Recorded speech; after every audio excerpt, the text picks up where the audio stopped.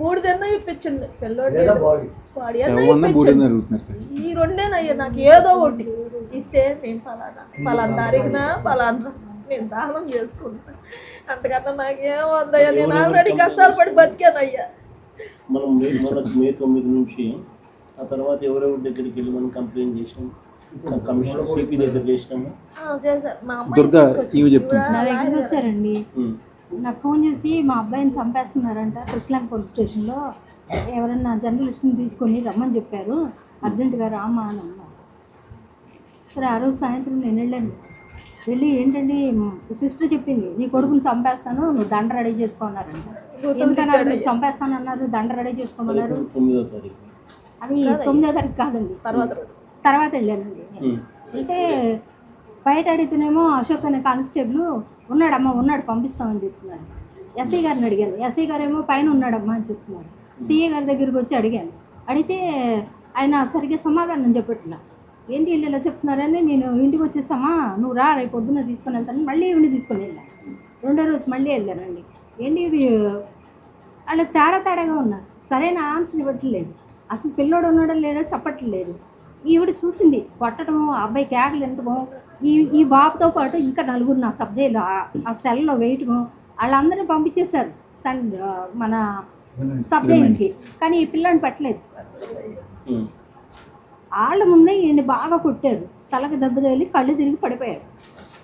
కాళ్ళ గోళ్ళు తీసేసారు. ఒక డాక్టర్ని పిలిచి కాళ్ళ గోళ్ళు తీయించారండి. ఈ చేతులు 2 చేతులు వేసేసారు, 2 చేతులు బొట్టిన వేలు గోళ్ళు కూడా పీకేసారు. మెడ ఇరిసేసారండి, మెడగాడు ఇరిగిపోయింది. చూసామండి. లాస్ట్ టైంలో పిల్లడు మా అమ్మని చూపించింది, ఇలా ఏలాడు పడిపోయి మా అమ్మని చూపించండి, మా అమ్మని చూపించండి అని. ఆఖరి టైంలో అప్పుడు కూడా వాళ్ళ మనసు కరగలేదండి. ఇద్దరు నడవలేకపోతే 2 కానిస్టేబుల్స్, బాబురావు ఇంకోటి పేరు ఉంది అశోక్, భుజం మీద చెరొకళ్ళు పట్టుకుని ఈడ్చుకొని పైకి వెళ్ళి పడేశారండి. మా కళ్ళ ముందు కాదండి. మా లాయర్ గారు చెప్పారు, ఇంకో లాయర్ గారు చూసి వచ్చి చెప్పారండి, వీళ్ళ బాబుతో పాటు అదే సెల్లో ఉన్న వాళ్ళు చెప్పారు. చెప్తే నేను మళ్ళీ 4 అడ్వకేట్స్ని తీసుకొని వెళ్ళాను. మాకు మాత్రం చూపించట్లా, వీళ్ళకి అమ్మకు తెలుసు, చూస్తుందండి. రాసేస్తున్నారు పైనుంచి కేకలు వినపడతాయి, నాకు కొట్టే కొట్టుడు వినపడుతుంటే కిందకు వచ్చి ఇదండి మా అబ్బాయి అన్నాడు, మా అబ్బాయి రా కేక, నేను వెళ్ళిపోతాను, మా అబ్బాయిని చూపించండి, మా అబ్బాయిని చూపించండి అంటే, ఒకసారి చూపించండి అయ్యా, పోనన్నా చేపించండి అయ్యా, ఆడు చూడండి ఉండలేడయ్యా, నా బిడ్డను అంత అన్యాయం చేశాడయ్యా, నాకు చెప్పాడయ్యా, 2 సార్లు చెప్పాడయ్యా. నేను అతను కస్టోడియల్ డెత్ లాగా ఉందని చెప్పేసి డౌట్ వచ్చిందండి, ఎవరు సరైన ఆన్సర్ ఇవ్వట్లేదు. చివరిసారిగా గొడవేసి అడిగాను సిఐని, ఏం చేస్తావు చేసుకో, నీకు దిక్కున్న చాటు చెప్పుకో, రిట్టేస్తావా వేసుకో. డీజీపీ కంప్లైంట్ చేశానండి, డీజీపీ కంప్లైంట్ చేశాను. అక్కడి నుంచి కమిషనర్కి వచ్చింది ఆ లెటర్, తీసుకున్నారు, సైలెంట్ అయిపోయారు, ఏం పట్టించుకోలే. హ్యూమన్ రైట్స్కి వెళ్ళి కంప్లైంట్ చేసి ధర్నా చేసాం, ధర్నా చేసి హైకోర్టులో రిట్ చేసాం. సిపి దగ్గరికి ఎప్పుడైతే ఈ కంప్లైంట్ వచ్చిందో, వాళ్ళ స్టేషన్ నుంచి మా దగ్గరికి వచ్చి జరిగింది ఏదో జరిగిపోయింది, సైలెంట్ అయిపోండి, మీకు అంత ఇస్తాం ఎంత ఇస్తాం అని అంటున్నారు. కానీ అసలు బాబుని చూపించట్టు, ఏం జరిగింది ఏంటి, ముందు అసలు పిల్లోని చూపించండి, ఉన్నాడా లేడా అని అంటే జరిగింది ఏదో జరిగింది, కవరప్ చేయడానికి అసలు విషయం కరెక్ట్గా చెప్పట్లా. ఫోన్ కొట్టాడు, నేను అన్నానండి మీరు కొట్టారు తెలుసు, వాడికి సీరియస్ అయింది, మీరు ట్రీట్మెంట్ ఇప్పిస్తున్నారంట, బాబుని ఇచ్చేయండి, మేము కేసు పెట్టుకోం, వాళ్ళ అమ్మ చచ్చిపోయేలా ఉంది, మేము కేసు పెట్టాం, ఏమొద్దు, చిట్లు పోయినాయండి, కాళ్ళు చేతులు చిట్లు పోయినాయి. 2 కేసులు ఉన్నాయండి, ఆ 2 కేసుల్లో కూడా వారెంట్ ఉంది. వారెంట్ మీద తీసుకొచ్చి అంత పని చేస్తారని ఎక్స్పెక్ట్ చేయలేదండి. అంత దారుణంగా కొట్టి చంపాల్సిన అవసరం ఉంది. వారెంట్ మీద పట్టుకున్నావు, తీసుకెళ్ళి కోర్టుకు పెట్టాలి. కోర్టు ప్రొడ్యూస్ చేయాల్సిన కేసు. అవునండి, అసలు తన దగ్గర చిన్న ఇష్యూ అండి, కేసులన్నీ కొట్టేశారు, 2 ఉన్నాయి. వారెంట్కి సంబంధించి వీళ్ళు తీసుకొచ్చి మామూలుగా వీళ్ళు చేయాల్సిన పని ఏంటంటే కోర్టు పెట్టాలి. అట్లాంటిది కోర్టుకు పెట్టకుండా 4 రోజులు హింసించి 15 మంది కొట్టారు. 4 రోజులు హింసించి కాళ్ళు చేతులు అన్నీ ఇరిసేసి దారుణంగా కొట్టారండి. రక్తం కారిపోయింది, ఆ సెల్లో రక్తం కారిపోయింది. గోల్డ్ పీకారు. ఆర్ఎంపీ డాక్టర్ సుబ్బారావు అని ఒకరిని తీసుకొచ్చి ట్రీట్మెంట్ వారికి ట్రీట్మెంట్ చేయడం కట్లు కట్టి అక్కడ ఉన్న వాళ్ళందరూ చెప్పారండి. ఆ చుట్టుపక్కల వాళ్ళు కూడా ఆడి కూడా తీసుకొచ్చారు.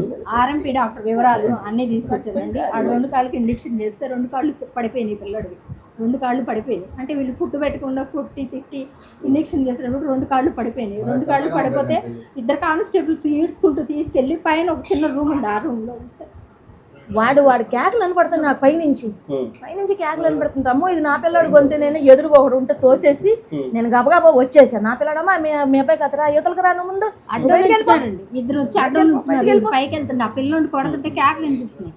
అక్కడ వెళ్ళే దారికి అడ్డం నుంచున్నారు 2 కానిస్టేబుల్. అంత నుంచొని బంధించి కొట్టాల్సిన అవసరం ఇందులో ఏం లేదండి. మేము ఆల్రెడీ కృష్ణలంక పోలీస్ స్టేషన్లో ఇతను గత 20 సంవత్సరాల నుంచి ఏజీఎస్లో చేసేవాడు. ఎస్ఐగా చేసేవాడు.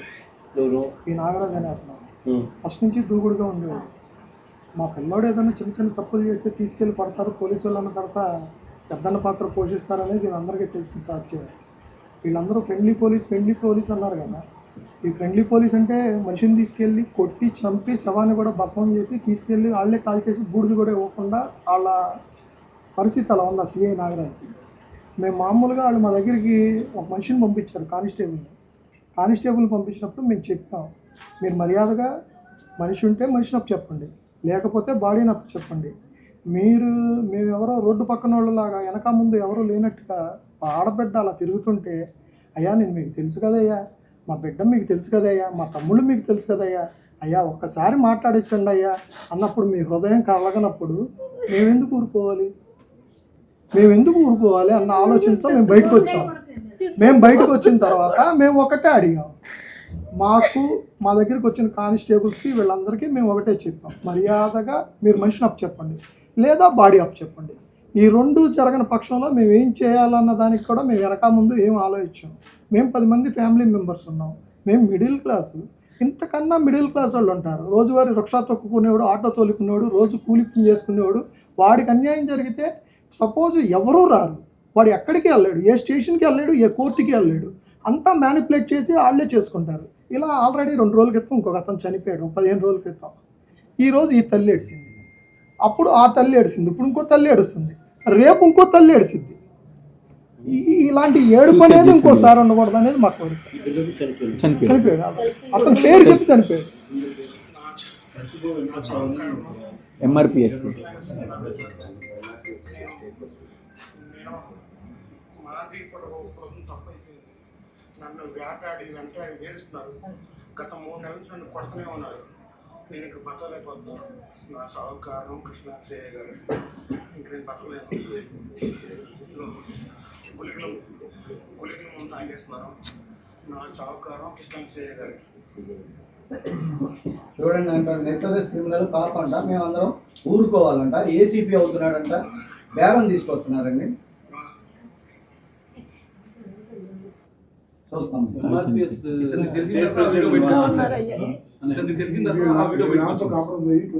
మేము బయటకు వచ్చిన తర్వాత మాతో పాటు వాళ్ళందరూ కూడా వచ్చారు. దేశంలో రొటీన్ గా ఇది ఒక పద్ధతి ప్రకారం జరిపిస్తాను. ఇతను అసలు మామూలు ఇది జరిగి ఇది మే 9. ఇది 1 month పీరియడ్ లో అంటే అదే నెలలో సిస్టమాటిక్లీ ఇద్దరు ఒకటే పోలీస్ స్టేషన్ పరిధిలో ఇద్దరు జరిగినారే అని అంటే దాని అర్థం ఈ సిఐకి వెనకాల సపోర్టు పై లెవెల్ నుంచి కూడా సపోర్ట్ పై నుంచి కింద దాకా ఉంది కాబట్టి ఎటువంటి యాక్షన్ తీసుకోవడం లేదు కదా. ప్రతి స్టేషన్ లో ఇటువంటి పరిస్థితి లాండ్ మొత్తం కూడా అక్కడ అదుపు తప్పింది, మొత్తం కూడా ఈ విధమైన పరిస్థితి. మా దగ్గరికి వాసు అని ఒక అతను వచ్చాడు, జనసేన అతను. మేము ఒకటే చెప్పాం, మేము రాజీ పడే మనుషులం కాదు, మేము ఎవరికి రాజీ పడాల్సినంత అవసరం లేదు, మాకు ఇస్తే మనిషినే ఉండి, లేదంటే డెడ్ బాడీ అప్ చెప్పండి, లేదంటే కనీసం బూడిదన్నా ఇవ్వండి. అంతేగాని మీరు మా గుమ్మంలోకి వచ్చి మాతో రాజీ మాట్లాడారంటే మాలాంటి వాళ్ళ పరిస్థితుల్లో రేపు ఇంకోళ్ళ పరిస్థితి ఇంతకన్నా దారుణంగా ఉంటుంది. ఈ విషయాన్ని ఖండించాలని నేను మా అన్నయ్యకి చెప్పాను. ఏం చెప్పానంటే, ఇది బయటకు వచ్చే వ్యవహారంలో లేదు, నేను ఒకరోజు మార్నింగ్ మన అన్నకు ఫోటోలు పెట్టా, రాంబాబు గారికి పెట్టా, ఇలా ఉంది సిచ్యువేషను, కొద్దిగా మీరు యాక్టివ్ అవ్వండి అని చెప్పగానే అన్న నాకు ఫోన్ చేశాడు. ఫోన్ చేసినప్పుడు ఇలా జరిగింది అని చెప్పి ఇంతమంది యాక్టివ్ అయితే ఇక్కడ దాకా వచ్చింది. Janasena in charge sir. అమ్మిశెట్టి వాసు అని చెప్పి ఆయన పంచాయతీ చేయడం తను పంచాయతీ అయితే చేస్తాడు. అతని కారులోనే తిరుగుతున్నాడండి, అతని కారులోనే తిరుగుతున్నాడు సిఐ.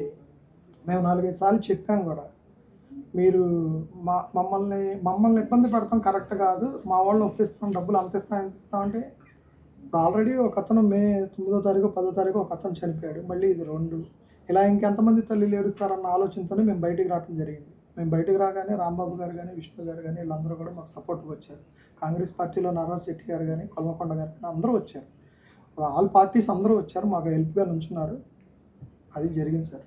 అందులో క్లియర్ కట్గా కనిపించేది ఏంటంటే సిఐకి పైనుంచి సపోర్ట్ ఉంది కాబట్టి ఇంత యథేచ్ఛగా జరుగుతూ ఉంది. బాగా ఉందండి. ఎందుకంటే మీరు డీజీపీకి మీరు కంప్లైంట్ చేసినా నో యాక్షన్, కమిషనర్కి వస్తే కమిషనర్ దగ్గర నుంచి మీకు నో యాక్షన్, స్టేషన్ సిఐలు, ఏసీపీలు, కమిషనర్లు, చివరికి డీజీపీలు దాకా అందరూ నెక్సెస్లో దీంట్లో భాగంగా అందరికీ ఏం జరుగుతుందో తెలిసినా కూడా అందరూ దాన్ని కవరప్ చేసే కార్యక్రమమే జరుగుతుంది. కానీ సీరియస్గా యాక్షన్ తీసుకోవాలని లేదు. యాక్షన్ తీసుకునేటట్టుగా అయితే సస్పెన్షన్ ఎందుకు చేసినారు? అసలు ఫస్ట్ ఆఫ్ ఆల్ సిఐని ఎందుకు సస్పెండ్ చేసినారు? అంటే హత్య జరిగిందని ఒప్పుకున్నట్టే కదా.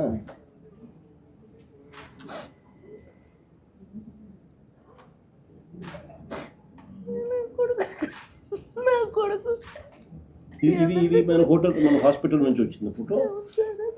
ఇప్పుడు ఇప్పుడు వీళ్ళకెలా పోలీస్కి ఎలా ఇన్ఫర్మేషన్ ఉంటుందో, ఆ స్టేషన్లో ఉన్న ఒక 5 ఖైదీలు కలిసి ఉంటే వాళ్ళ దగ్గర నుంచి వాళ్ళల్లో ఎవరో ఒకళ్ళు ఉంటారు కదా. ఒకసారి 10 మంది ఖైదీలు లోపలికి తీసుకెళ్ళినప్పుడు ఓ 4-5 కొడతా ఉంటే కింద ఉన్న 4-5 ఎవరిని తీసుకెళ్లారు ఏంటి అనేది ఇన్ఫర్మేషన్ ఉంటుంది కదా. వాళ్ళు బయటకు రాగానే మీ మేనల్లుళ్ళు ఇలా కొడుతున్నారని చెప్పి అక్క దగ్గరికి వచ్చి, అమ్మ మీ అబ్బాయి మీద ఇలా కొడుతున్నారు, 15-20 రోజులు తిరిగింది. మేమేమంటున్నా, ఆడబిడ్డ ఏడుస్తుంటే ఆ ఏడుపు కూడా కరగలేదని మా కోపం.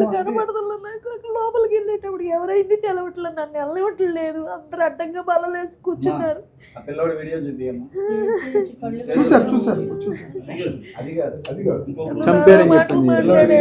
నన్ను నానా తిట్టులు తిట్టాడు, అందరి ముందు కూడా నన్ను తిట్టాడు. అదేంటయ్యా నన్ను తిడుతున్నాను, నేనేం చేశాను అయ్యా అని కూడా అన్నా. నేను